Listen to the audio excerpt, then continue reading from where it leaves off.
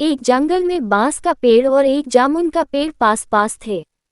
जामुन का पेड़ बांस के पेड़ की अपेक्षा बहुत मजबूत था।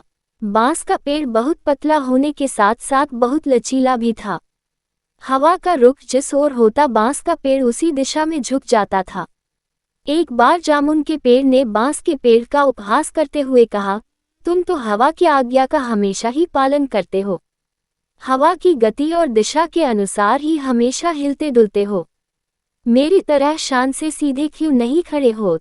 तुम भी हवा से कह दो कि उसकी आज्ञा का पालन नहीं कर सकते। तुम अपनी शक्ति का परिचय हवा को दो। इस संसार में बलवानों का ही चारों ओर बोलबाला है। बांस के पेड़ को जामुन के पेड़ की बातें अच्छी नहीं लगी, लेकिन बांस का पेड़ कुछ भी नहीं बोला और चुपचाप खड़ा रहा।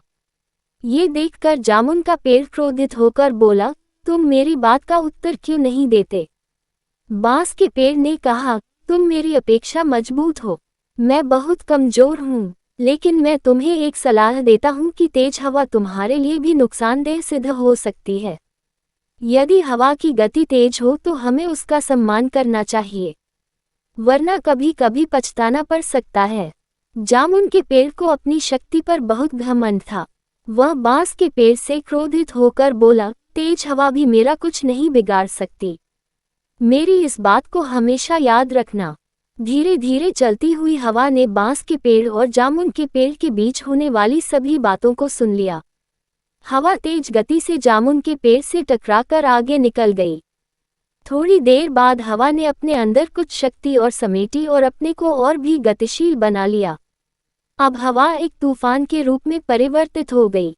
उस तेज हवा के टकराने से बांस का पेड़ लगभग पूरा झुक गया। वही हवा अब जामुन के पेड़ से दोबारा जाकर टकरा गई, लेकिन जामुन के पेड़ पर उस तेज हवा का कोई भी असर नहीं हुआ। वह उसी प्रकार पूर्ववत खड़ा रहा। कुछ देर बाद तूफानी हवा ने जामुन के पेड़ की जड़ों पर जोर से प्रहार करके उन्हें कमजोर कर दिया। तूफानी हवाओं को जामुन के पेड़ की शाखाओं ने रोकने की भरपूर कोशिश की, लेकिन तेज हवाओं ने जामुन के पेड़ की शाखाओं को पीछे धकेल दिया। तेज हवाओं के कारण जामुन के पेड़ का संतुलन खो गया और जड़ों ने कमजोर होकर अपना स्थान छोड़ दिया। कुछ ही देर में वह जामुन का पेड़ जमीन पर गिर पड़ा।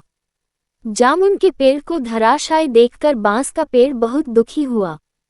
बांस का पेड़ सोचने लगा, यदि जामुन के पेड़ ने मेरी बात मानकर हवा का सम्मान किया होता तो आज उसका अंत नहीं होता। ये जामुन का पेड़ तो घमंडी था।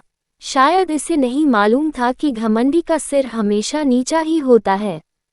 शिक्षा इस कहानी से हमें ये शिक्षा मिलती है कि घमंड ही मनुष्य का सबसे बड़ा शत्रु है। घमंडी व्यक्ति का सर्वनाश हो जाता है। इसलिए मनुष्य को कभी घमंड नहीं करना चाहिए।